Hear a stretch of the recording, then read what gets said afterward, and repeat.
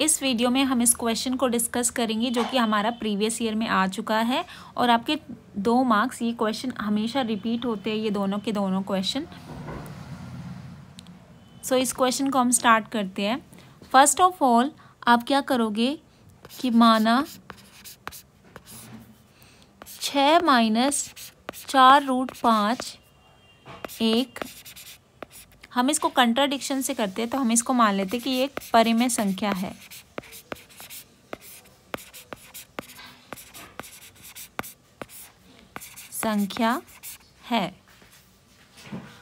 अब अगर ये परिमेय संख्या है तो हमने इसको मान लिया कि 4√5 = x। अब हम क्या करेंगे, अब हम इस 6 को दूसरी साइड लेकर जाएंगे तो ये बन जाएगा आपके पास x - 6। ओके, नेक्स्ट स्टेप में हम इस -4 को जो कि मल्टीप्लाई में है, इसको इसके अपॉन में ले जाएंगे यहाँ पर, और ये क्या बन जाएगा आपके पास राइट हैंड साइड वाला, क्योंकि नीचे माइनस का साइन है तो ये बन जाएगा आपके पास 6 - x अपॉन में 4। ऊपर वाले में से हमने -4 को कॉमन निकाल दिया है,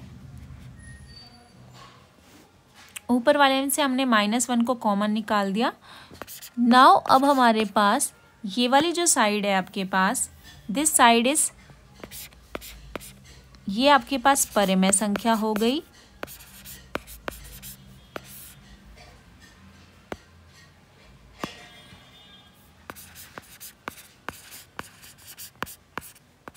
और ये वाली जो साइड है आपको क्वेश्चन में बताया हुआ है कि ये हमारे पास अपरिमेय है।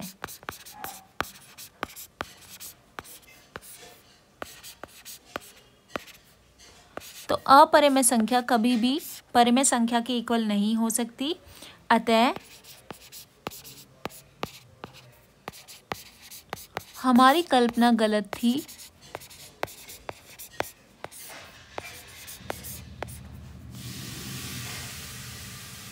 छः - 4√5 एक परिमेय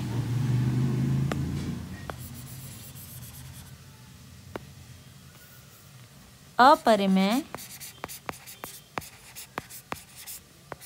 संख्या है। ये हमारे पास ये क्वेश्चन हो गया है।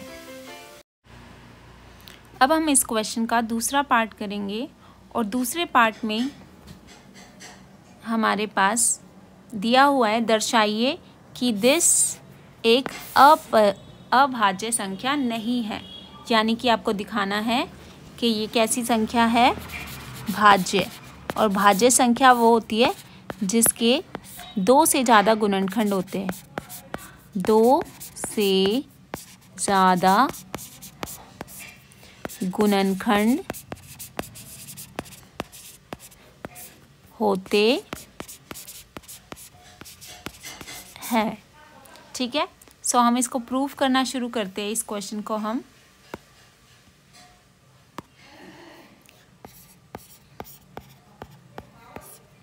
हमने इसको x के इक्वल मान लेंगे। x बराबर में 11 गुना 19 गुना 23 जमा 3 गुना 11।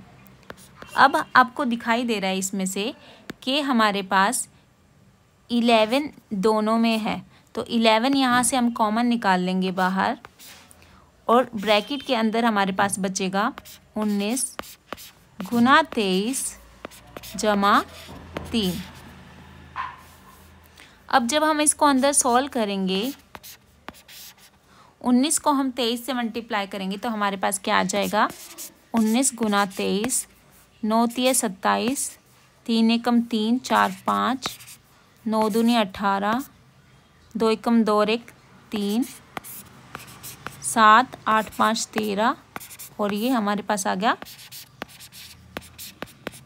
अब जो भाज्य संख्या होती है हमारे पास, उसके पास 2 से ज़्यादा गुणनखंड होते हैं, और जो अभाज्य संख्या है हमारे पास, उसके पास अगर कोई संख्या आपके पास अभाज्य होती है तो उसके 2 ही गुणनखंड होते हैं। एक वो संख्या खुद और एक 1, यानी कि इटसेल्फ एंड 1। यहाँ पर आपको दिखाई दे रहा है कि यहाँ पर ये जो भी संख्या आएगी, एक तो इसका 11 है, एक 1 है और एक ये संख्या खुद है, यानी कि इसके हमारे पास कितने फैक्टर्स हो गए हैं, 3 गुणनखंड हो गए हैं। तो आप लिखोगे यहाँ x के 2 से ज़्यादा, यानी कि कौन कौन से हो गए, एक तो 1 और एक 11 और एक 437, अगर ये भाग भी नहीं होता तब भी 2 से ज़्यादा गुणनखंड है, अतः यह एक अभाज्य संख्या नहीं है।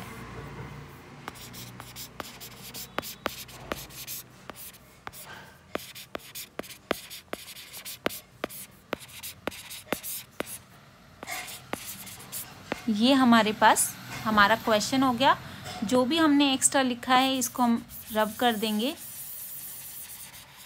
और पेपर में सबसे नीट एंड क्लीन काम करने के लिए आपको साइड में एक लाइन ड्रॉ करनी है और वहाँ पर रफ काम करना है, ठीक है। सो आप इसका स्क्रीनशॉट ले सकते हैं।